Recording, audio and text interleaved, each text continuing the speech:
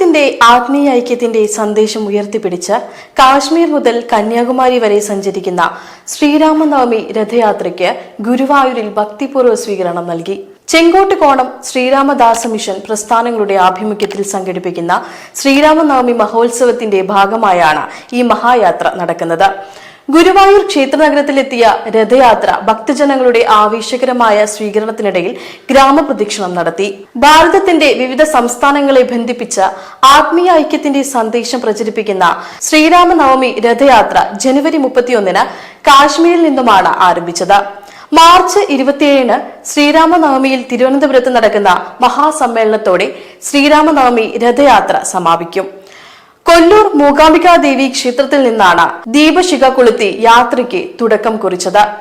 രാജ്യത്തിന്റെ വിവിധ ഭാഗങ്ങളിലൂടെ സഞ്ചരിക്കുന്ന ഈ ദീപശിഖ യാത്ര സനാതനധർമ്മത്തിന്റെ മൂല്യങ്ങളും ഹിന്ദു ഐക്യത്തിന്റെ സന്ദേശവും സമൂഹത്തിൽ പ്രചരിപ്പിക്കുകയാണ് ലക്ഷ്യമിടുന്നത്.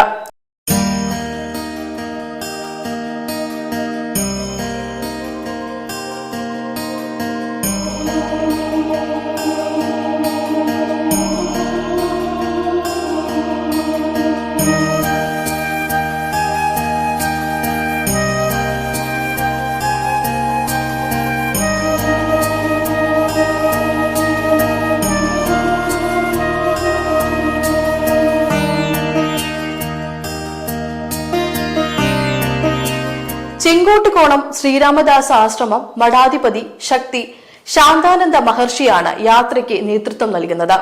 1991 ഹിന്ദു ഐക്യവേദി ചെയർമാനായിരുന്ന ജഗദ്ഗുരു സ്വാമി സത്യാനന്ദ സരസ്വതിയുടെ നേതൃത്വത്തിലാണ് ശ്രീരാമനവമി രഥയാത്ര ആരംഭിച്ചത്.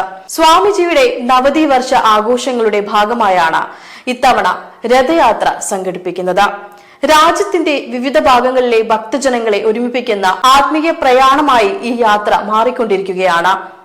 ഹരേ കൃഷ്ണ കൃഷ്ണ കൃഷ്ണ ഹരേ ഹരേ കൃഷ്ണ ഹരേ കൃഷ്ണ കൃഷ്ണ കൃഷ്ണ ഹരേ ഹരേ ഹരേ രാമ രാമ രാമ ഹരേ ഹരേ ഹരേ കൃഷ്ണ കൃഷ്ണ കൃഷ്ണ ഹരേ ഹരേ.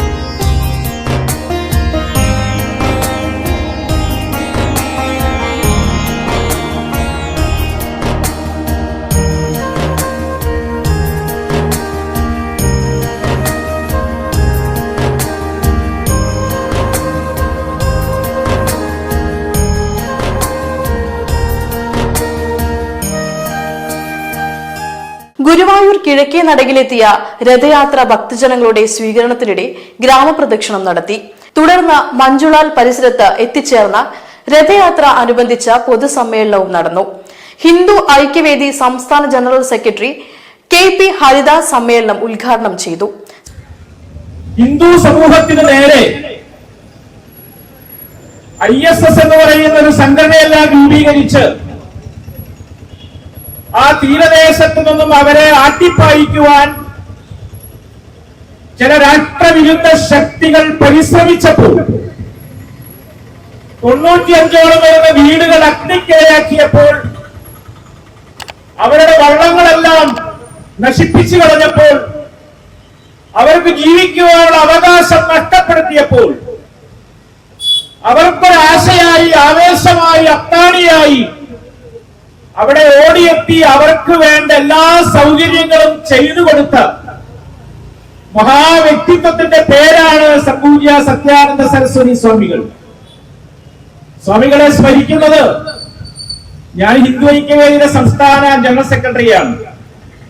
ഹിന്ദു ഐക്യവേദി എന്ന് പറയുന്ന ഒരു പ്രസ്ഥാനത്തിന്റെ തുടക്കത്തിന് കാരണമായി ഭവിച്ചതുപോലും ഈ പൂന്തുറക്കടപ്പുറത്തുണ്ടായ ഹിന്ദുക്കൾക്ക് നേരെയുള്ള ആക്രമണമായിരുന്നു. എത്രയെത്രയോ സമരമുഖങ്ങളിൽ നമുക്ക് സത്യാനന്ദ സരസ്വതി സ്വാമിജിയെ കാണാൻ കഴിയും. എന്റെ നാടായിട്ടുള്ള ചാലക്കുടിയിലെ ഡിവൈൻ ധ്യാന കേന്ദ്രം എന്ന് പറയുന്ന ഒരു മതപരിവർത്തന കേന്ദ്രമുണ്ട്. വർഷങ്ങൾക്ക് മുമ്പ് സ്വാമിജി ആ മതപരിവർത്തന കേന്ദ്രത്തിന് എതിരായി ചാലക്കുടിയിൽ വന്ന് ഉജ്ജ്വലമായ പ്രസംഗം നടത്തിയിട്ടുണ്ട്. ഈ ധ്യാന കേന്ദ്രം പൂട്ടിച്ച് അടങ്ങൂ എന്ന് അസന്നിഗ്ധമായി പ്രഖ്യാപിച്ചയാളാണ് സ്വാമിജി. സ്വാമിജിയുടെ നവതി ആഘോഷിക്കുമ്പോൾ വളരെ ധൈര്യത്തോടുകൂടി, അഭിമാനത്തോടുകൂടി ചാലക്കുടിക്കാരനായി എനിക്കൊക്കെ പറയാൻ കഴിയും, അവിടെയൊക്കെ ആട് കിടന്നവർക്ക് കൂടെ പോലുമില്ല. കാരണം ആ സ്ഥിതിയിലേക്ക് ആ മതമാറ്റ കേന്ദ്രം ഇന്നും മാറിക്കഴിഞ്ഞിരിക്കുന്നു. അത് സ്വാമിജിയുടെ പ്രസംഗമാണ്. ഞങ്ങളെ പോലുള്ള ആളുകളൊക്കെ, ഇതൊക്കെ നമ്മൾ ചെറിയ കുട്ടിയാണ്, എന്തെങ്കിലുമൊക്കെ ഹിന്ദു സമൂഹത്തിന് വേണ്ടി ചെയ്യണമെന്നുള്ള ധാരണയൊക്കെ സൃഷ്ടിച്ചത് സ്വാമിജിയുടെ അത്തരം പ്രസംഗങ്ങളാണ്. സ്വാമിജിയുടെ പ്രസംഗം കേൾക്കാത്ത മുതിർന്ന ആളുകൾ ഇവിടെ ഉണ്ടാവുമെന്ന് അറിയില്ല. സ്വാമിജി പ്രസംഗിക്കാൻ തുടങ്ങിയാൽ കുമ്മനം രാജൻ പറഞ്ഞു ഞാൻ കേട്ടിട്ടുണ്ട്, ചെങ്ങന്നൂരിലെ കൊട്ടാരക്കരയിലെ ഒരു ക്ഷേത്രത്തിൽ സ്വാമിജി പ്രസംഗിച്ചത് 6 മണിക്കൂറാണ്. 6 മണിക്കൂർ ഒരാൾ പ്രസംഗിക്കുക എന്ന് വെച്ചാൽ ആ പ്രസംഗത്തിന്റെ ശക്തി നമ്മളൊന്ന് ആലോചിച്ച് നോക്കൂ. ആ സ്വാമിജിയുടെ ഒരു ചൈതന്യം, സ്വാമിജിയുടെ ഒരു ശക്തി, സ്വാമിജി കേരളത്തിൽ ഉണ്ടാക്കിയിട്ടുള്ള ഒരു ആധ്യാത്മികമായ അന്തരീക്ഷം, അതാണ് ഇന്നും ശ്രീരാമദാസ മിഷനെ പോലെയുള്ള സംഘടനകൾക്ക് പ്രവർത്തിക്കാനുള്ള പ്രേരണ. സ്വാമിജിമാർ ഇന്നും ഈ യാത്ര നടത്തിക്കൊണ്ടിരിക്കുന്നത് സ്വാമിജിയുടെ പദാരവിന്ദങ്ങളിൽ നമസ്കരിച്ചുകൊണ്ടാണ്. സ്വാമി സാധു കൃഷ്ണാനന്ദ സരസ്വതി അധ്യക്ഷത വഹിച്ചു. ഹിന്ദു ഉണർന്ന് ചിന്തിക്കേണ്ട ഒരു സമയം ആയി എന്ന് നമ്മളെ അറിയിക്കുവാനാണ് ഇന്ന് കേരളത്തിൽ ഈ രഥയാത്രയടക്കം ഒരുപാട് ധർമ്മ സന്ദേശങ്ങൾ പ്രചരിക്കുന്നത്. കുറച്ചു ദിവസങ്ങൾക്ക് മുൻപ് തിരുനാവായിൽ ഒരു കുംഭമേള നടന്നു. വെറും 2000-മോ 3000-മോ ആളുകൾ സംഘടിക്കുന്നു എന്ന് മാത്രം ഉദ്ദേശിച്ചുകൊണ്ട് നമ്മുടെ പൂജനീയ സ്വാമി ആനന്ദവനം ഭാരതി, അദ്ദേഹം മഹാമണ്ഡലേശ്വർ തുടങ്ങി വെച്ച ആ പദ്ധതി ഓരോ ദിവസവും 4 ലക്ഷം 5 ലക്ഷം ആളുകളാണ് അതിൽ പങ്കെടുത്തത്.